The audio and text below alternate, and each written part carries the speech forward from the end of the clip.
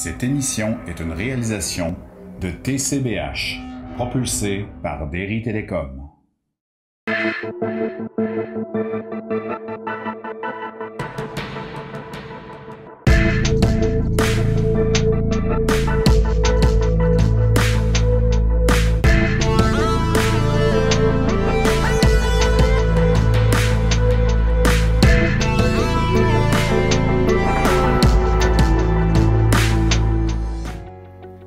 Salut tout le monde et bienvenue à une nouvelle édition des infos TCBH.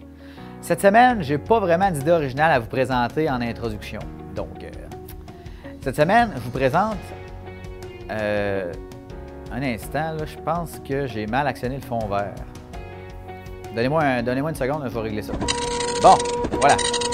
Donc, cette semaine, je vous présente l'Assemblée générale annuelle 2021 du CLD des Basques, la 10e chronique du maire avec Jean-Pierre Rioux, et un reportage que j'ai réalisé sur la 34e édition du Téléthon Opération Enfant Soleil.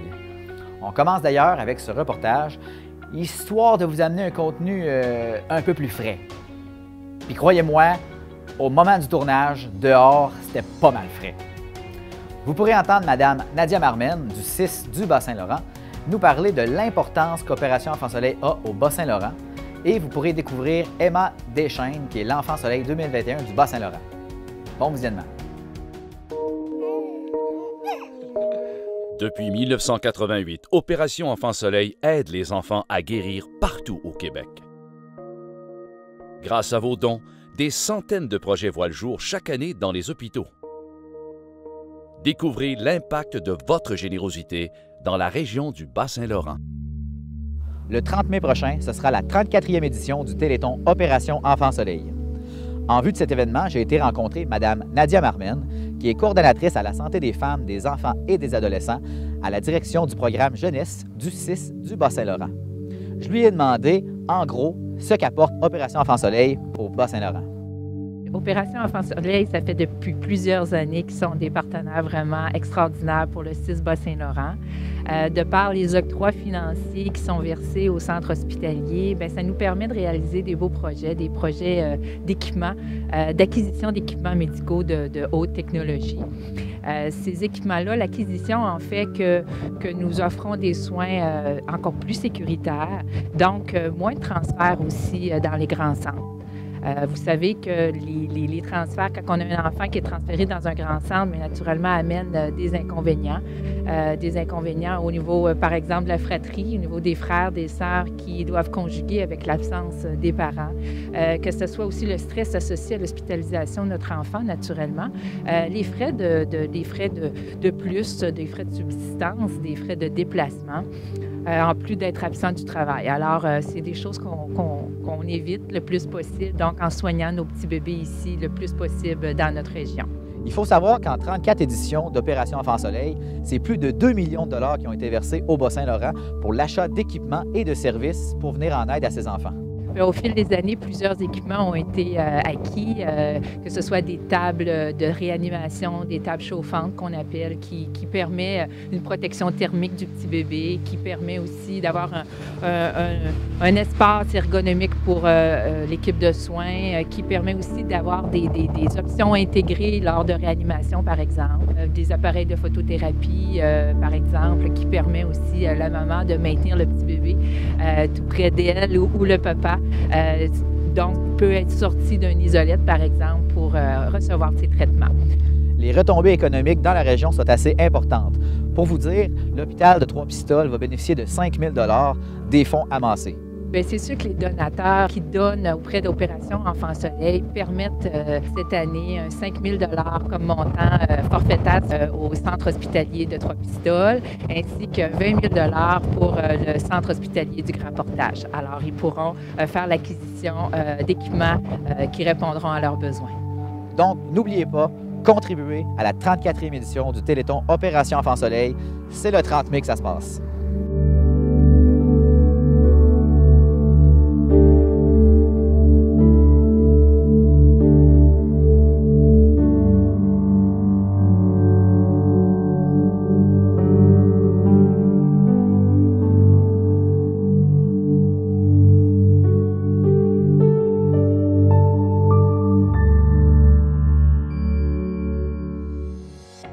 On est de retour. J'espère que vous serez au rendez-vous le 30 mai prochain pour soutenir cette belle organisation qui est Opération Enfants Soleil. On va maintenant regarder la 10e chronique du maire. Cette semaine, Jean-Pierre Rioux nous parlera du fonds Région et Ruralité. 6 municipalités de la MRC Les Basques seront visées par ce fonds. À tantôt.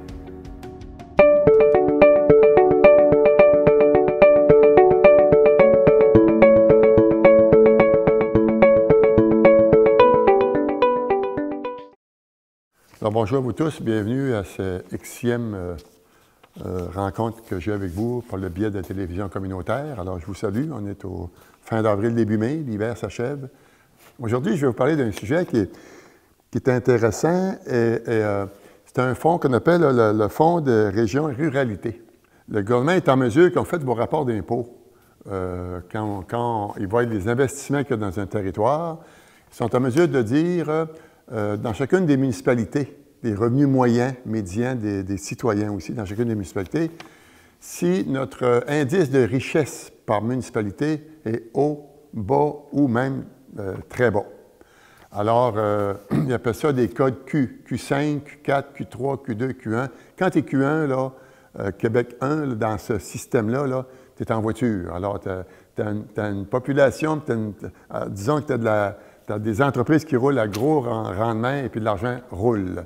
Puis l'âge aussi, le taux de travail aussi versus le chômage et tout. Donc, il y a une série de facteurs que le gouvernement dit A, B, C, D. Ils font un calcul très précis.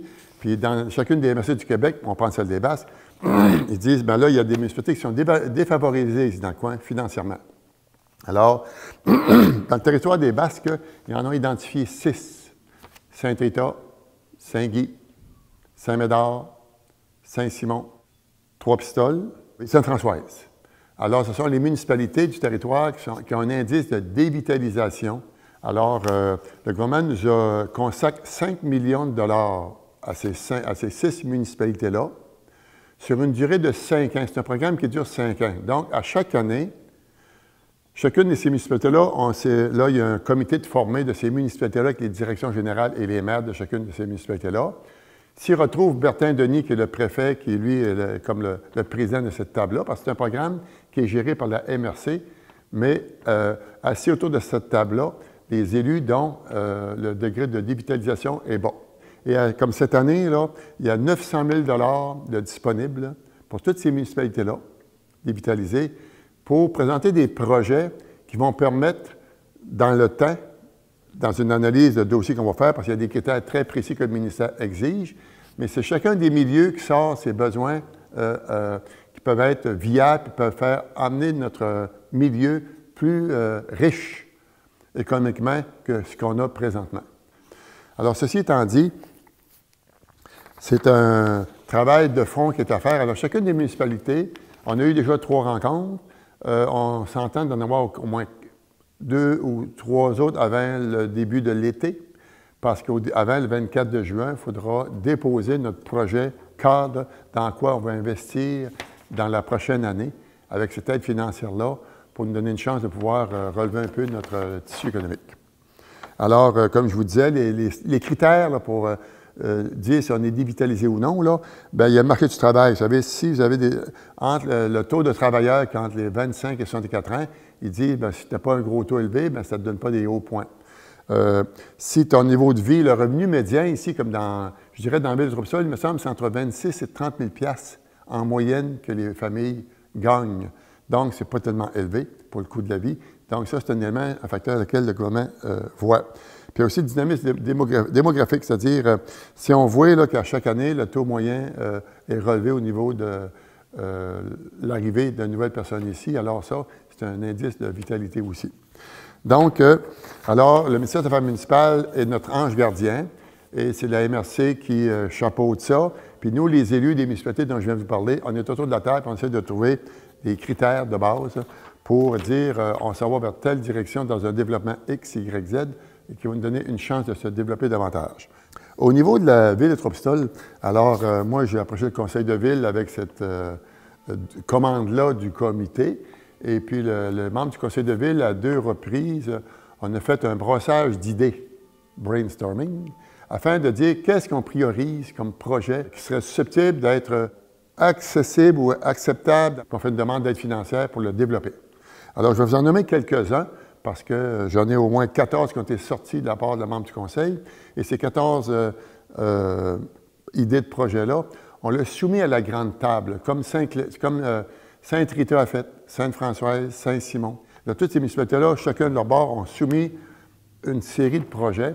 Il y en a dans ça qui vont être acceptables, d'autres moins, selon les critères du gouvernement.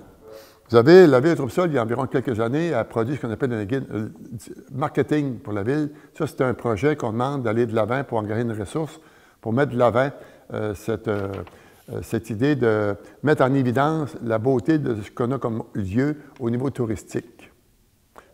On parle aussi d'analyser des projets attractifs puis l'image de marque de Trois-Pistoles. Comment on peut s'identifier différemment pour se mettre en évidence au niveau de la province de Québec ou ailleurs, ce qu'on appelle une image de marque. On a un travail de fond à faire avec ça. Si on veut avoir une image de marque, si on veut mettre en place notre guide marketing pour développer notre ville, bien, il va falloir que si on fait ça, c'est pour avoir du monde ici. Puis si on veut avoir du monde ici, bien, à un moment donné, il faut les satisfaire au niveau de la restauration, mais il faut les satisfaire aussi au niveau de l'hébergement. C'est ce qui fait que notre projet de centre de complexe hôtelier qui est prévu sur le bord de la 132 et 293 fait partie des priorités que le Conseil de ville a identifiées à remettre à cette table-là, d'avoir... c'est un tout touristique, comprenez-vous. Aussi, on parle même de mettre en place, développer des places en garderie dans tout le territoire. Ça, c'est flagrant, c'est manquant. Ici, ceux qui ont des jeunes enfants, là, on a de la misère à se trouver des places en garderie présentement. Et ça, c'est un élément qu'il faudrait développer. Plus il y aura des places en garderie, plus des femmes pourront aller sur le marché du travail, l'homme aussi, parce que l'enfant est en sécurité. Là, on a des problèmes à ce niveau-là. On parle même de circuits cyclables dans les rues de la ville de Trois-Pistoles, créer des espaces cyclables dans les rues qui sont assez larges. Vous avez le parc de l'Église ici, de le revitaliser, tout simplement, parce que c'est un coin central, touristique. Voyez-vous, là, tout ce que je vous raconte, là, a rapport avec le tourisme et la population qui peut en profiter aussi. Alors, tu as aussi tout ce qui est des sanitaires au parc Jeannette Martin, qu'on appelle le parc Poisson pour les jeunes, là. Le terrain de soccer, ben, sanitaire aussi, puis le parc de l'Église, bon, ben là, revitalisation. Donc, ce sont des éléments ici qu'on essaie de regarder. Et je vais vous donner un titre d'exemple. Je l'ai peut-être dit, mais je vais vous le répéter encore. En vieillissant, des fois, on se répète souvent. Mais quand je parle d'hôtels, ce sont des congrès, là. Ceux qui sont à Trois-Pistoles, qui vivent dans les Basques aussi, vous savez, quand l'été arrive ici, rendu au mois de juin, là, on sent qu'il y a une effervescence nouvelle, il y a une vie qui s'installe dans notre milieu, de personnes qui sont étrangères à nous parce que ce sont des visiteurs. Qu'ils soient là une journée, 2 jours, 3 jours, pour des raisons X, Y, Z, ce sont des touristes. Alors, on a aussi, nous autres, un autre manne de personnes qui débarquent chez nous au printemps puis au début de l'été. C'est l'École de langue française de l'Université Western, des jeunes de partout du Canada, qui viennent ici à chacune des sessions passer 5 semaines à étudier le français. Ils vivent ici pendant 5 semaines dans les familles. Alors, ça mange, ça sort, ça fête. Et ça, c'est l'argent neuf qui roule dans le milieu, qui crée de l'économie. Demain matin, l'hôtel, mettons, est construit sur le bord de 132. C'est 50 chambres. Lit double, ça fait 100 personnes. Une salle à côté communautaire qui est là, qui peut recevoir 300 personnes pour créer de l'animation, de l'activité dedans. Imaginez si ça, c'est en place. On va aussi travailler pour mettre en place ce qu'on appelle un office du tourisme et congrès. Une ressource comme à Rivière-du-Loup, à Rimouski, à Montréal, à New York. On ne fera pas venir du monde ici pour avoir 100 000 personnes à la fois. On ne sera pas capable de les recevoir. Par contre, à partir du mois de mai, juin, juillet, août, tout ici est rempli à pleine capacité. C'est de la clientèle touristique de l'été. Il fait beau. Le monde descend d'ici. C'est complet partout. Par contre, quand arrive septembre, ça commence à ralentir. Octobre, encore plus. Novembre, ça commence à être gris, puis ça commence à dire, ils sont où les étrangers dans la ville? On ne les trouve pas. Alors, novembre, décembre, janvier, février, mars, avril, mai, il y a environ 9 mois dans l'année où que l'activité qu'on a ici, qu'on bénéficie du niveau économique, touristique, abaisse. Donc, il y a moins d'argent qui rentre.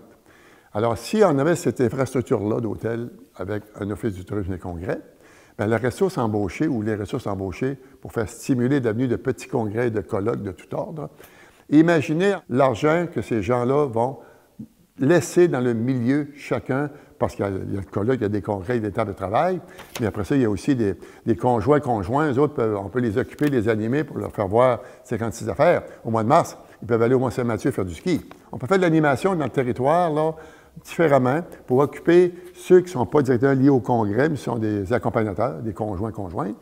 Puis pendant ce temps-là, le soir, souvent, il peut y avoir des spectacles à la Forge de Bérubé.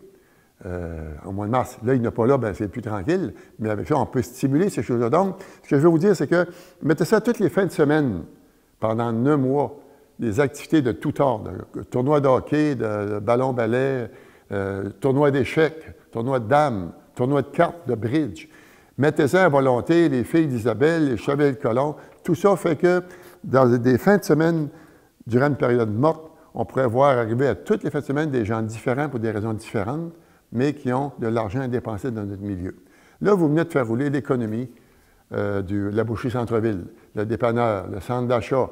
Vous savez, la maison du notaire pourrait aussi bien ouvrir ces fins de semaine-là. Donc, c'est un peu le projet qui est en place présentement, qui est mis en place par le gouvernement du Québec, géré par les affaires municipales, supervisé par la MRC des Basques, dont tous les élus des municipalités dévitalisées que je viens de vous nommer sont partie prenante autour de cette table-là. Alors, c'est un beau projet. Il n'y a pas de miracle en 6 mois, 1 an. C'est un travail de fond, de longue haleine. L'idéal, là, demain matin, là, avec ce qu'on propose, si jamais c'est accepté tout ça, rêvons un petit peu en couleur, là, mais avec les 2 pieds dans le friche, là. Mettez-vous un hôtel sur le bord de la route, avec une salle des congrès, un office du tourisme, puis dans 5 ans, là, que toutes vos fins de semaine ici là, sont remplies durant le mois d'octobre jusqu'au mois de juin par des activités de ce genre. Vous venez de changer le visage économique de la ville de Trois-Pistoles. Puis, il n'y a pas 56 façons ici de faire les choses dans la ville, là. On ne pourra pas entailler des érables, comme je dis souvent. On ne pourra pas faire pousser du maïs. On ne pourra pas amener de l'élevage de troupeaux de bœuf, de l'industrie laitière. Oubliez ça, on n'a pas ça ici en place. On est confiné dans un secteur qui est de l'accueil touristique et de service. Alors, quand tu as compris ça, tu es conscient de ça, bien là, tu as des outils qu'on doit développer pour pouvoir raffermir ces idées-là et ces rêves-là. Merci de m'avoir écouté, puis merci de Télébasque encore de m'offrir cette possibilité de pouvoir communiquer avec vous. Merci.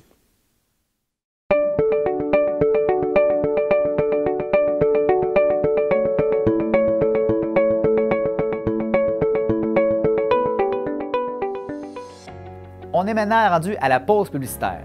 J'espère que vous aurez appris ce que le Fonds Région Ruralité offre comme perspective d'avenir. Au retour de la pause, on vous présente l'AGA du CLD des Basques. Vous pourrez y entendre Claude Dalle à propos du procès-verbal 2020 et des priorités d'intervention 2021, Régent Côté qui fera la lecture du mot du président, Gaston Deschênes qui donnera le détail des fonds, Julie Lamère qui fera la lecture du rapport d'activité 2020 et finalement Serge Desjardins de la firme Mallette qui fera la lecture du rapport des états financiers 2020. On se revoit à la fin de l'émission. Je te laisse pas sortir d'ici sans savoir où tu vas. Hein? Bien de même en plus. Ben voyons donc, Hey, arrête de tout le temps me mentir en pleine face, tu le sais que je peux pas te faire Confiance. T'essayes toujours de me provoquer. Mon amour, je... Hey! Ben là, tu vas enlever ton manteau et tu vas rester ici. C'est pas vrai qu'on va se chicaner à cause de toi. Moi, je suis là, je suis frère avec toi. Les gars, la violence faite aux femmes, ça s'arrête là. Écoute-moi même, c'est fini, ça.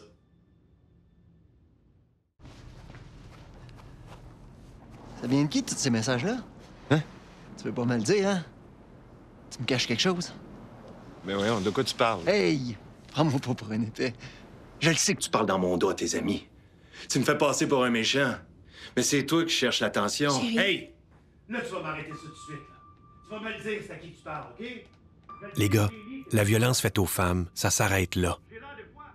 Je suis ton chum, c'est moi qui devrais être ton confident. Avis de convocation Assemblée générale annuelle, mardi 27 avril 2021 à 8h30 par visioconférence. Présentation du rapport annuel, orientation et priorités d'intervention 2021-2022, présentation et adoption des états financiers audités au 31 décembre 2020. Et les inscriptions devaient être faites avant le vendredi 23 avril à 12h à midi. Donc, nous avions tenu la rencontre le 15 décembre 8h30, exceptionnellement à cause de la pandémie l'année passée. Il y avait 18 personnes présentes. On avait M. Martin Gendreau avait proposé l'adoption de l'ordre du jour. On avait procédé à l'avis de convocation, à la lecture de l'avis de convocation. M. Marc Lemay avait proposé d'adopter le procès-verbal. M. Jean-Louis Gagnon avait proposé d'adopter le procès-verbal de l'Assemblée extraordinaire, parce qu'il y avait eu une Assemblée extraordinaire pour changer les règlements généraux. M. Côté avait fait la lecture du mot du président. Il avait mentionné que l'année avait été assez mouvementée, que pour deuxième année consécutive, le CLD s'était classé parmi les 3 meilleurs au Québec pour le prix performance de la FTQ, des fonds de solidarité FTQ. On avait présenté, M. Gaston Deschênes avait présenté les faits saillants des services de première ligne. Entre autres choses, on avait un bilan de subvention de 1 217 398 réalisé et de 19 909 743 $ réalisés.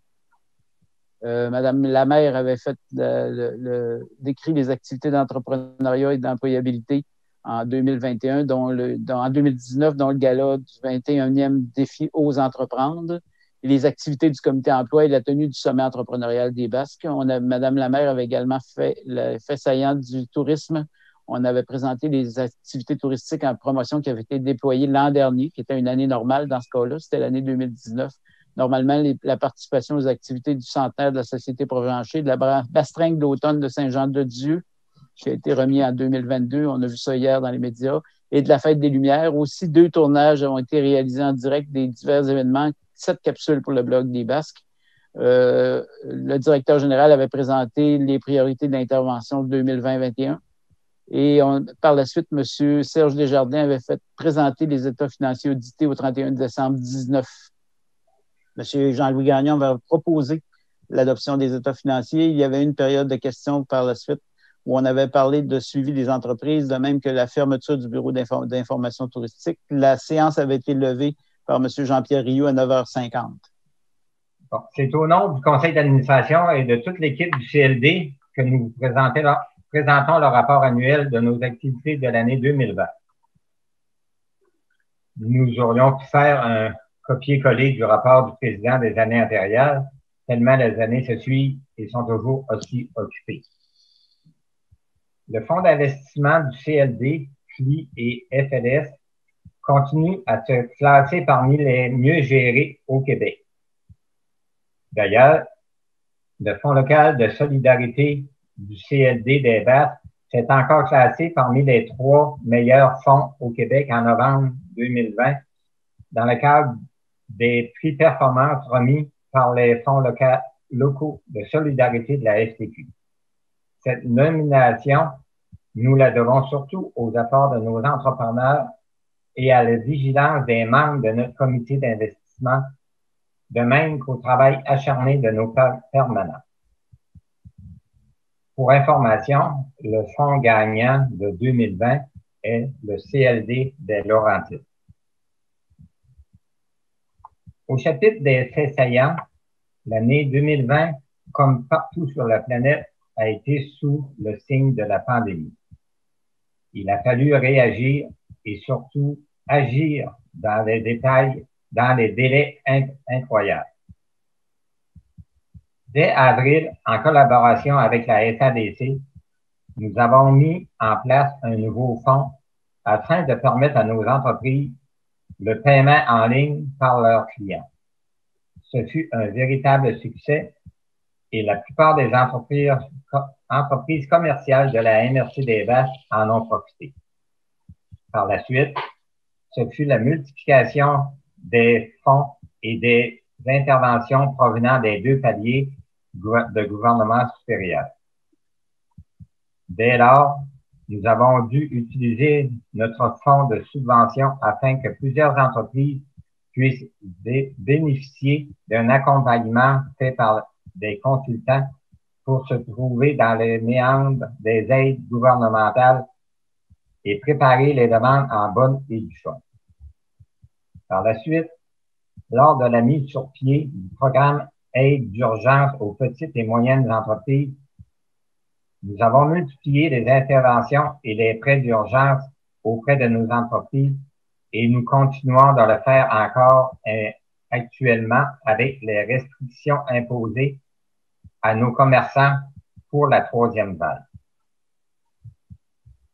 Néanmoins, plusieurs projets d'entreprise et de relève ont vu le jour, malgré la pandémie. Ce qui fait que nous avons en plus fait autant d'interventions régulières que dans une année normale. Mais comme toujours, c'est aux promoteurs qu'il faut lever notre chapeau.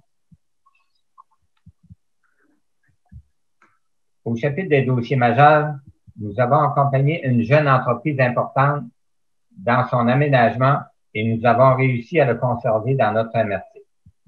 Également, nous avons continué de multiplier les démarches pour les projets du Centre communautaire multifonctionnel et de bonnes nouvelles s'en viennent bientôt à cet égard. Aussi, nous avons continué les démarches visant à terme la construction d'une première résidence pour aînés autonomes de grande importance dans les bacs. À cet effet, nous avons rencontré des promoteurs à plusieurs reprises et nous croyons que là encore, des annonces rafraîchissantes seront faites sous peu. En tourisme, partout au Québec, la saison touristique 2020 a été bien différente, comme partout au Québec. La saison touristique 2020 a été bien différente pour la région des Verts.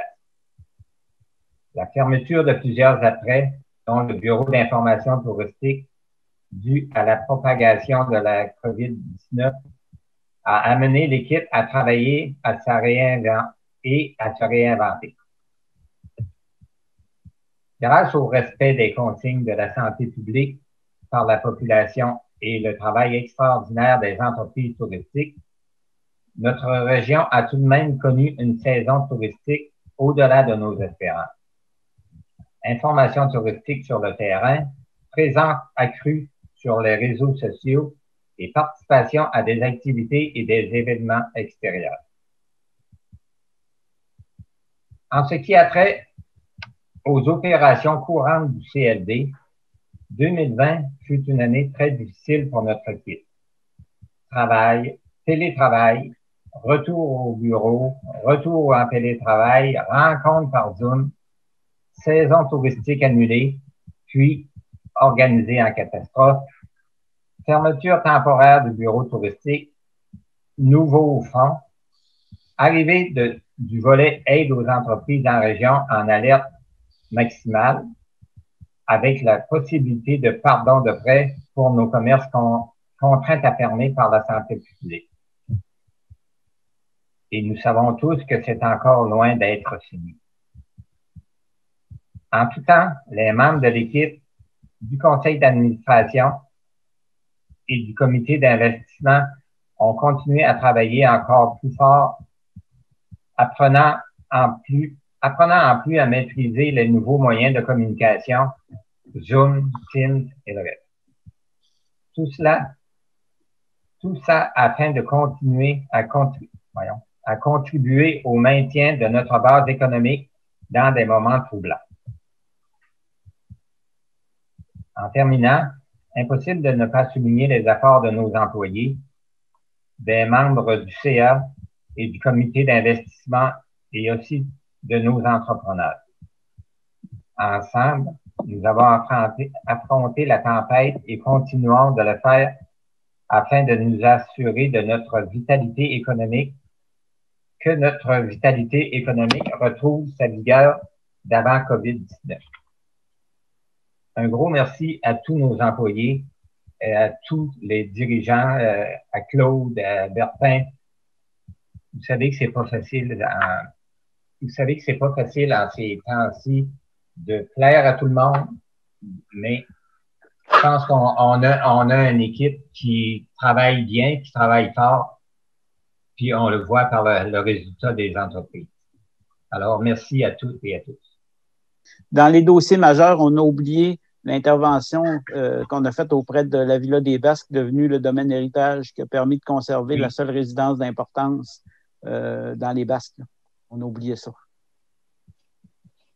C'est sûr qu'on oublie, mais Claude a fait un travail, je pourrais dire, extraordinaire cette année en allant voir avec Gaston et Cindy, en allant voir les entreprises, puis en communiquant avec les entreprises pour les aider.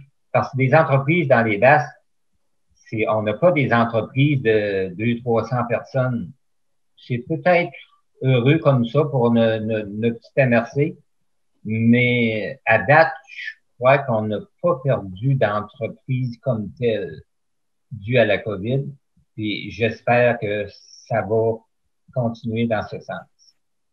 OK, on commence par les prêts, les Fonds local d'investissement FLI, Fonds local de solidarité FLS, puis le Fonds économique éolien, le FEE.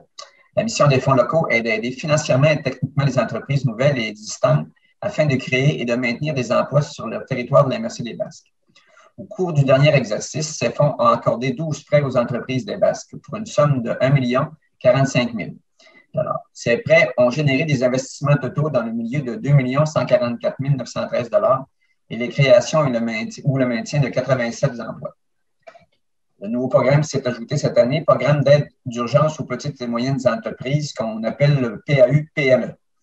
Ça permet de favoriser l'accès à des capitaux pour maintenir, consolider ou relancer des activités des entreprises affectées par la pandémie de la COVID-19. En 2020, 13 prêts d'urgence ont été consentis pour un montant de 330 000 Maintenant, les subventions, Fonds de développement des entreprises, FDE. En 2020, le CLD a contribué avec l'aide de son Fonds de développement des entreprises dans 50 projets pour un montant de 172 690 et des investissements générés de 3 48 303 ainsi que la création et le maintien de 357 emplois. Soutien aux travailleurs autonomes. Maintenant, à titre de coordonnateur de la mesure soutien aux travailleurs autonomes gérée par Service Québec, le CLD a accompagné 7 entrepreneurs dans la démarche de démarrage de leur propre entreprise. Le suivi post-participation fut utilisé pour 8 entrepreneurs qui en sont leur 2e et dernière année de suivi.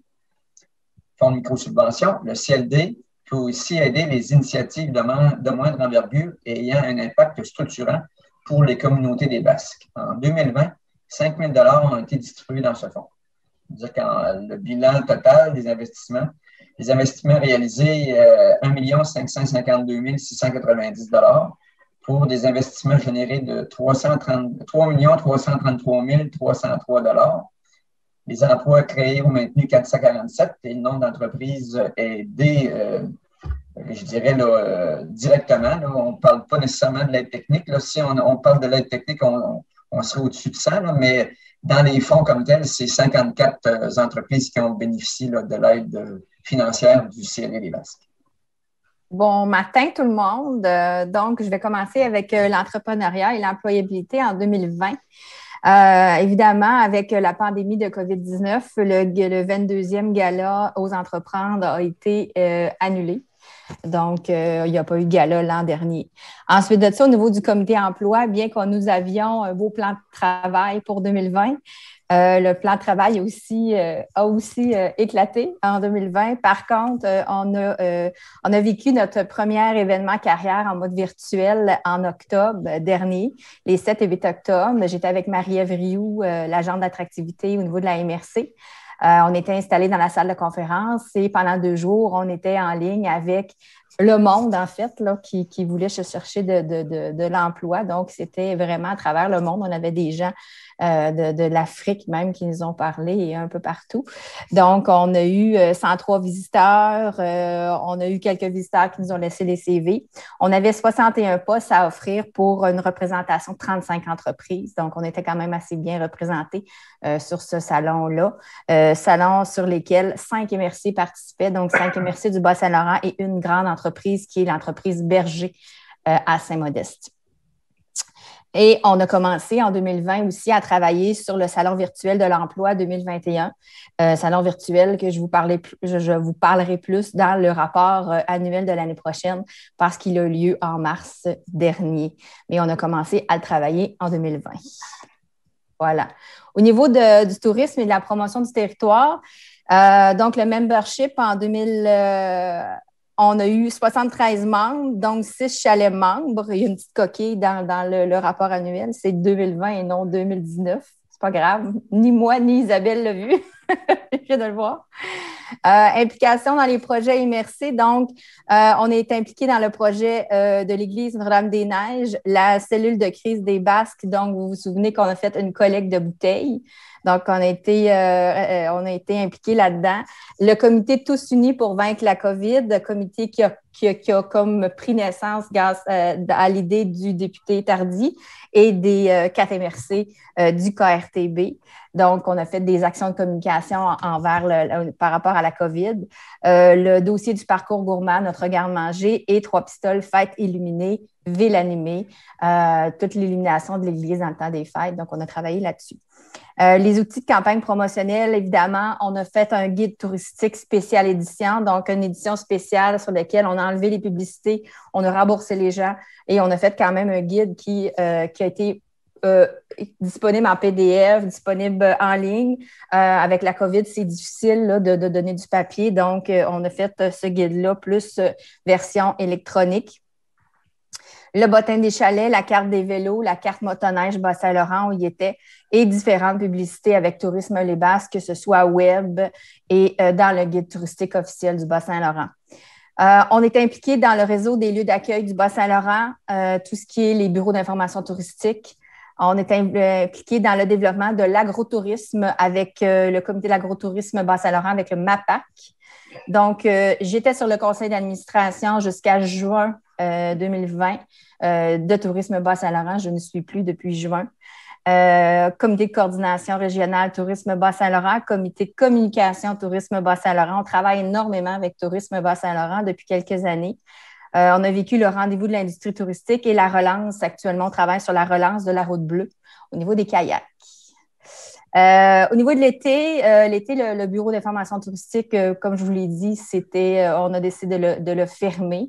Par contre, on était sur le terrain, donc on a embauché quand même une étudiante ainsi que moi-même qui était sur le terrain et on était au marché du bon voisinage à Saint-Simon, au marché public.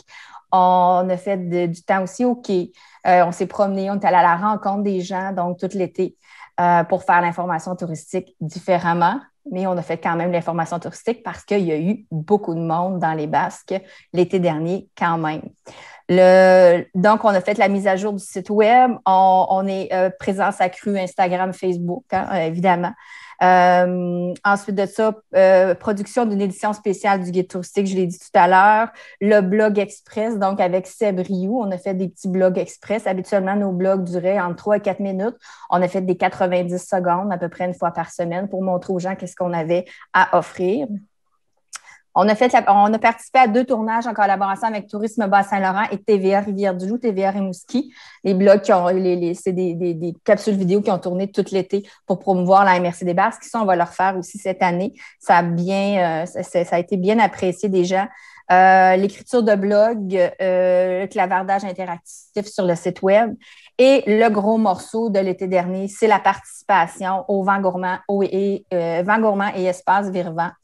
Donc, je vais vous faire rapidement. Donc, il y a eu 50 animations sur 9 semaines.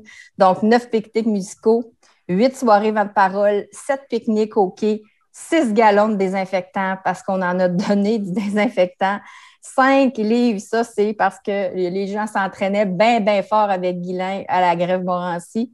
4 samedis animés par la brise de mer. 3 expositions extérieures, 2 caricatures à l'heure. Donc, on avait une caricature qui est Marc Baudin, qui vient de Montréal, qui a un chalet ici. Marc, à tous les dimanches, faisait des caricatures dans le parc de l'Église. Puis un spectacle de musique en septembre, quand on a eu un peu plus de lousse, quand on pouvait accueillir au moins 250 personnes. On a fait le spectacle de David Marin à la Grève Morancy et 0 éclosion. Ça vous fait penser à la petite souris verte et une souris verte. Et nous autres, c'est et 0 éclosion. Donc, voici le rapport pour 2020. On a quand même fait beaucoup de choses dans le contexte pandémique. On a fait beaucoup de choses. On travaille en étroite collaboration avec la santé publique. On a travaillé en étroite collaboration avec les municipalités. Je voudrais remercier les municipalités aussi du travail qu'on a fait ensemble parce que faire des activités en temps de pandémie, c'est pas évident. Mais on a réussi et on n'a pas eu d'éclosion ou rien de négatif. que du positif. Donc, voilà le rapport annuel 2020, mesdames et messieurs. Merci. Priorité numéro 1, continuer de suivre nos entreprises en lien avec l'évolution de leur situation par rapport à la crise générée par la pandémie. Parce qu'on a, à l'heure actuelle, on a un fonds, plus on va probablement avoir d'autres sommes qui vont arriver de la MRC. On regarde actuellement pour présenter ça au Conseil pour aider nos entreprises à redémarrer suite à la pandémie.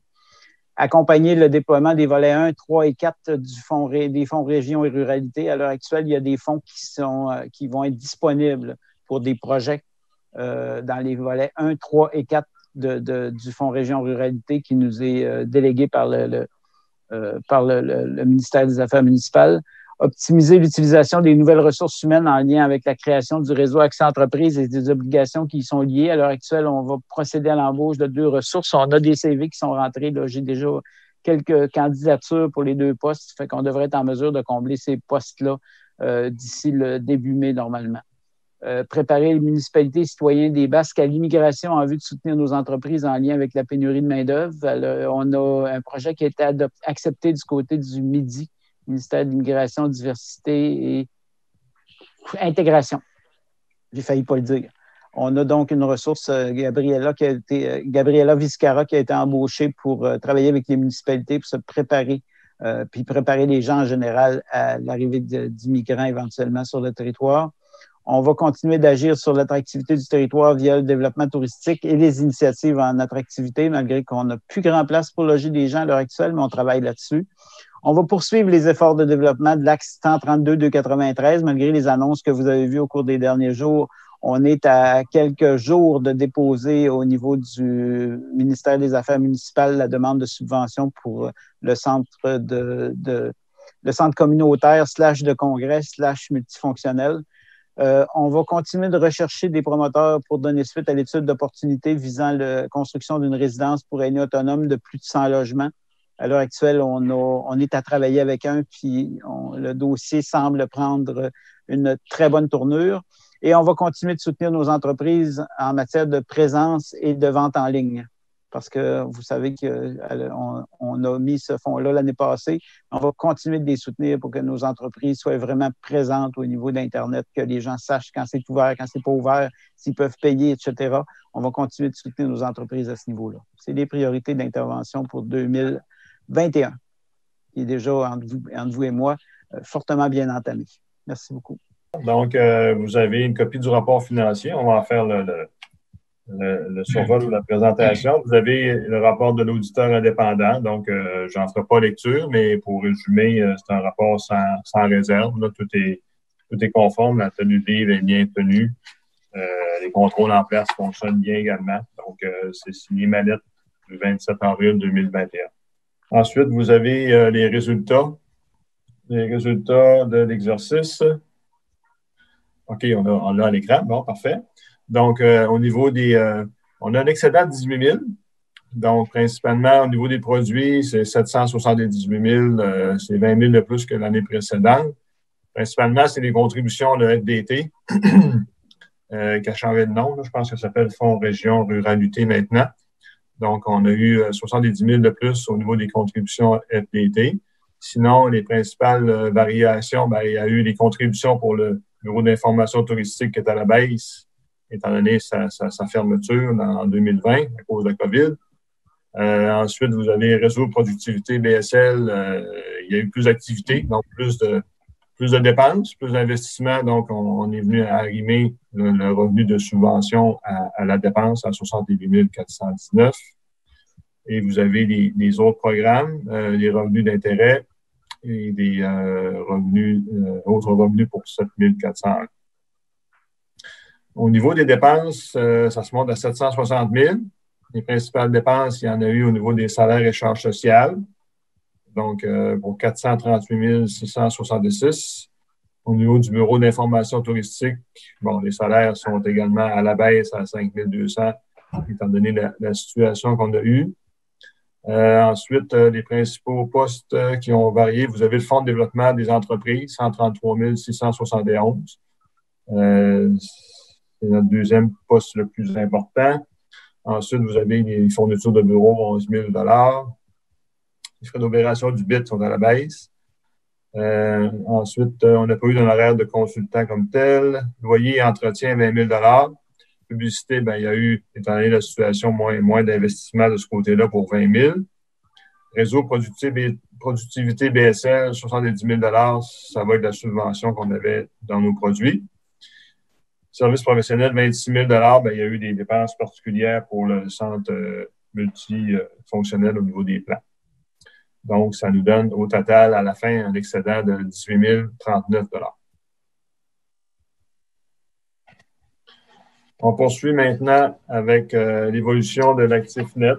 Donc, vous avez les immobilisations, là, qui a eu peu de variations sur les amortissements. On a rajouté une colonne affectée. Ça correspond aux revenus d'intérêt sur nos prêts qu'on a effectués à 2 entreprises. Donc, c'est des sous qui nous ont été prêtés par la MRC, qui viennent du fonds éolien. Donc, ces intérêts-là, avec l'entente qui est signée avec la MRC, doivent être redistribués éventuellement à la MRC au bout de 5 ans, selon l'entente initiale. Donc, on est venu ajuster à 10 519 le total des intérêts qu'on a perçus pour cette activité-là. Et vous avez le non affecté, donc au total, 174 965. On poursuit ensuite avec le bilan. Donc, au niveau des actifs, on a une encaisse quand même assez élevée à 404 000. Ça s'explique par justement la mise de fonds supplémentaires de la MRC là, pour prêter à des entreprises, à même le fonds éolien. Donc, il restait encore 150 000 qui n'a pas été prêté. On a fait un nouveau prêt d'environ 200 000, puis on a de l'argent disponible pour 150 000 supplémentaires. Donc, ça explique notre hausse. Sinon, on avait des créances pour 23 000 des subventions à recevoir pour 37 000 des versements sur nos placements en prêt, donc les encaissements en capital pour 49 000 À long terme, on avait des placements qui ont passé de 312 000 à 474 000. Ça inclut le nouveau prêt qui a été fait pour le manoir héritage de 200 000 Donc, ça nous donne des actifs de 996 274. Ensuite, on arrive avec nos passifs. Donc, on avait des dettes de fonctionnement pour 79 000 C'est des vacances à payer et également, principalement, un compte à payer envers la MRC pour des frais de gestion qui nous sont facturés à chaque trimestre. Donc, pour 53 000 au 31 décembre. Les apports reportés, c'est des subventions là, qui n'étaient pas encore tout à fait utilisées au 31 décembre. Ensuite, on a le montant qui est dû à la MRC. Donc, l'année dernière, 385 000. Cette année, on a eu un 350 000 supplémentaire. Donc, on doit maintenant là, à la MRC 735 000 qu'on utilise pour faire des prêts, des placements. Ensuite, vous avez donc le résidu au niveau du bilan, l'actif net. Donc, 174 000 qui se répartit dans 3 postes, là, ce qui est investi en immobilisation, la partie intérêt qu'on devra redistribuer à la MRC éventuellement, puis notre surplus ordinaire de 157 000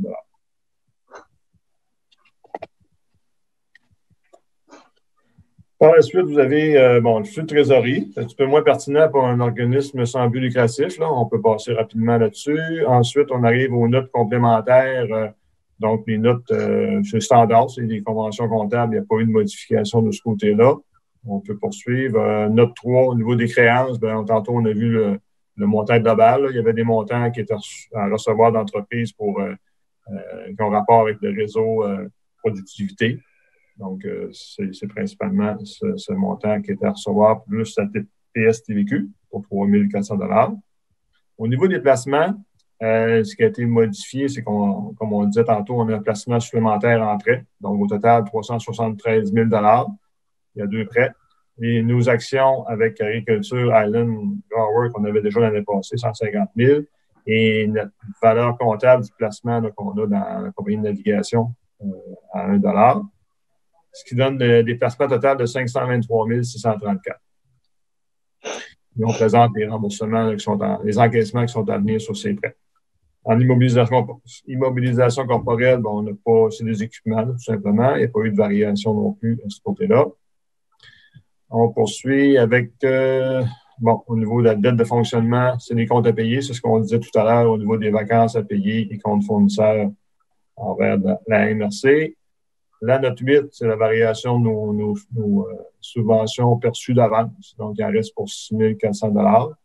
La note 9, qui est nouvelle, donc affectation interne et externe, dans le fond, on vient mentionner qu'il y a des revenus d'intérêt qui sont générés à même le prêt de la MRC qui vient du fonds éolien, qui devront être remboursés éventuellement en 2023. Donc, les montants d'intérêt accumulés, à chaque année, seront accumulés dans le surplus affecté qu'on a vu tout à l'heure.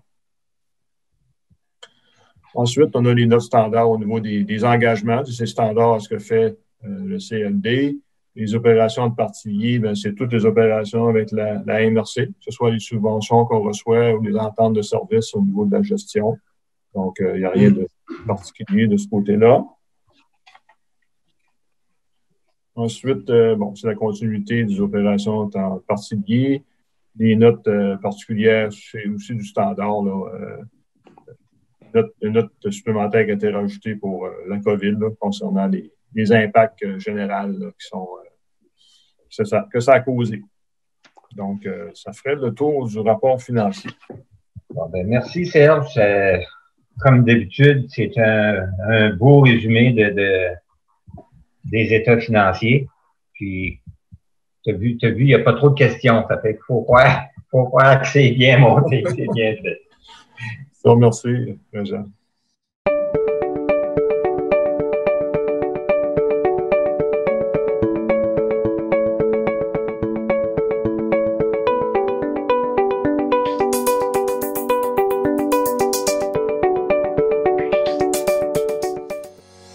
C'est maintenant tout pour moi cette semaine. Encore une fois, si vous avez des questions ou des commentaires au sujet des reportages présentés, rejoignez-nous via notre site web tcbh.tv. Suivez-nous sur Facebook pour avoir accès à tous les communiqués de presse quotidiens et abonnez-vous tout à fait gratuitement à notre chaîne YouTube. On a passé la barre des 350 abonnés dernièrement. Merci à vous pour tout ça. Merci de nous suivre. Sur ce, à la semaine prochaine tout le monde.